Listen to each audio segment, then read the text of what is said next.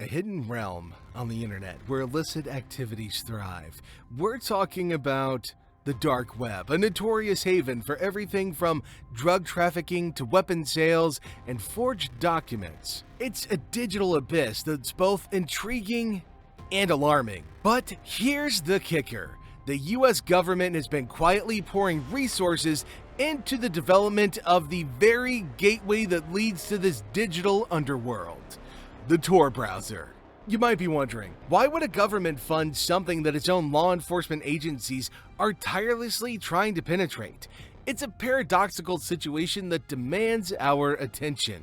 In 2015, the Tor project received a whopping $1.2 million in funding, and this was no isolated incident either. Earlier records show an even more substantial investment of $1.8 million. These staggering figures raise a crucial question. What's the motive behind this financial support? To comprehend this paradox, we've got to consider the intricacies of government operations and the evolving landscape of the digital age. The Tor browser, initially developed for covert intelligence purposes by the US Navy, wasn't intended to become the key to accessing the dark web. Its inception was rooted in the need for secure and anonymous communication for government agencies operating in foreign territories. In essence, it was a tool of secrecy and surveillance. As the digital world evolved and the internet expanded, the Tor browser found its way into the public domain. This transition from a government secret project to a public resource was accompanied by a shift in its purpose. It became a means for individuals around the world to access a part of the internet that is hidden from traditional search engines. The Tor network, known for its onion-like layers of encryption, provided a level of anonymity that was attractive not only to activists and whistleblowers, but also to those with more dubious intentions.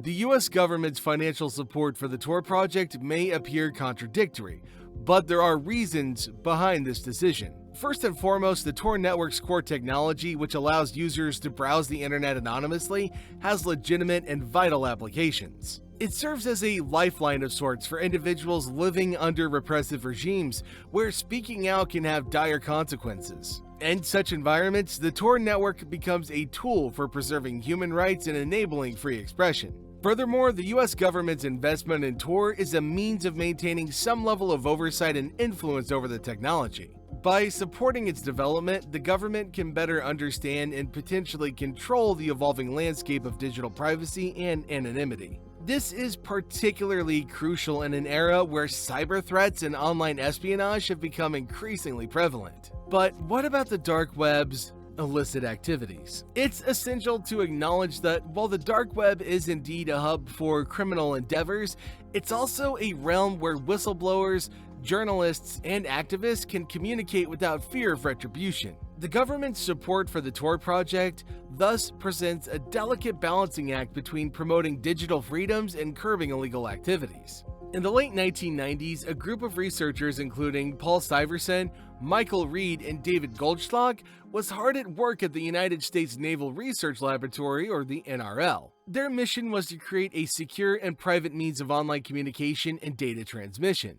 The motivation behind this endeavor was not to facilitate illegal activities or to enable users to hide their identities, but rather to protect sensitive government communications. To achieve their goal, the researchers developed what later became known as onion routing.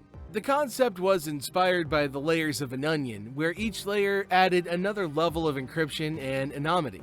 This ingenious design allowed data packets to be bounced through a series of volunteer-operated servers, making it nearly impossible to trace the origin of the communication.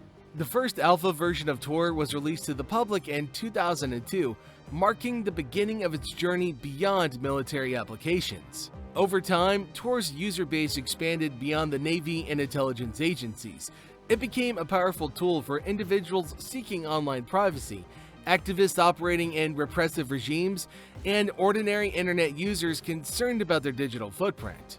As its popularity grew, so did the association with the dark web, where anonymity is often exploited for illegal activities. In recent years, governments worldwide have grappled with the challenge posed by the Tor browser. While some argue that it plays a vital role in protecting free speech and privacy, others contend that it harbors criminal elements.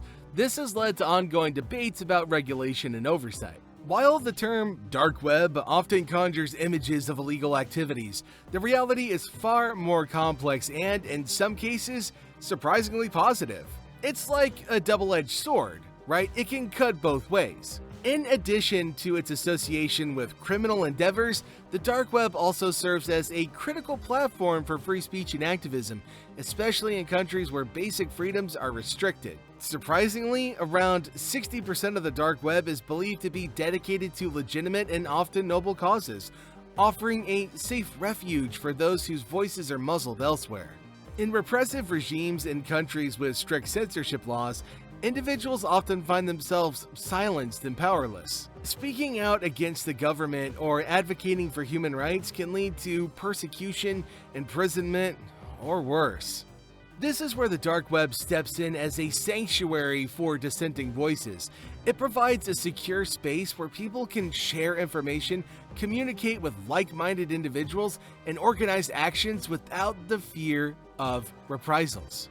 One of the most compelling aspects of the dark web's role in promoting free speech is its ability to circumvent government censorship and surveillance. In countries where access to the open internet is heavily controlled or monitored, the dark web acts as a lifeline to the outside world. Activists and journalists can use Tor, the encrypted network mentioned earlier, to access blocked websites and communicate with sources without leaving digital footprints that could jeopardize their safety. Furthermore, the dark web has proven to be a valuable tool for whistleblowers. When individuals come across evidence of government corruption, human rights abuses, or other illicit activities, they often face a difficult decision: to remain silent and complicit, or to expose the truth at great personal risk. The dark web offers a channel through which whistleblowers can securely share sensitive documents and information with investigative journalists and organizations dedicated to transparency and accountability. Now, let's talk numbers. The dark web's true value is shrouded in secrecy, and its use of untraceable cryptocurrencies like Bitcoin makes it even harder to quantify. Some estimates suggest it could be worth over $1.2 billion, but the true extent of its activities remains elusive. It's a clandestine marketplace of the digital age where anything and everything can be found for the right price. We are quite in a confusing situation. The US government helped create the Tor browser, which is the main way people access the dark web. At the same time, the government's trying to control the illegal things that happen on the dark web. This makes us wonder about the government's role in a hidden world that's a mix of freedom and crime. At first, the government supported Tor's development to keep its own communications safe. This was important for national security. Tor's clever design with lots of security layers made it perfect for military and spy stuff. But over time, Tor started being used for different things. It became a tool that could be used for both good and evil. While it still helped protect government secrets and let activists speak out in oppressive countries, it also became a place for illegal stuff like selling drugs or hacking. So here's the big question.